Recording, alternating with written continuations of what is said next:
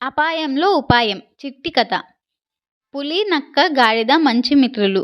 వేటలో ఏది దొరికినా అవి మూడు కలిసి లాగించేసేవి. ఒకసారి పులి వేటలో జింక మాంసం దొరికింది. అది మాంసంతో గాడిద, నక్క ఉన్న చోటికి చేరింది. ఆ రోజు పులి మంచి ఆకలి మీద ఉంది. ఈ విషయాన్ని నక్క గ్రహించింది. కానీ ఆకలి విషయాన్ని బయట పెట్టని పులి జింక మాంసాన్ని గాడిద, నక్కల ముందుంచి వట్టలేయమని అడిగింది.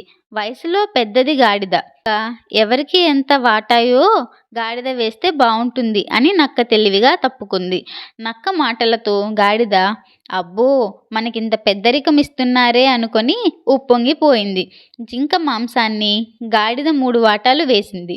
కానీ ఆ వాటా పద్ధతి పులికి నచ్చలేదు. చెడ్డ కోపం వచ్చింది పులికి. ఏంటి గాడిద, నీకు నాకు సమాన వాటానా అని పులి అమాంతం గాడిద మీద పడి చంపేసింది. తర్వాత నక్క వంక చూసింది పులి.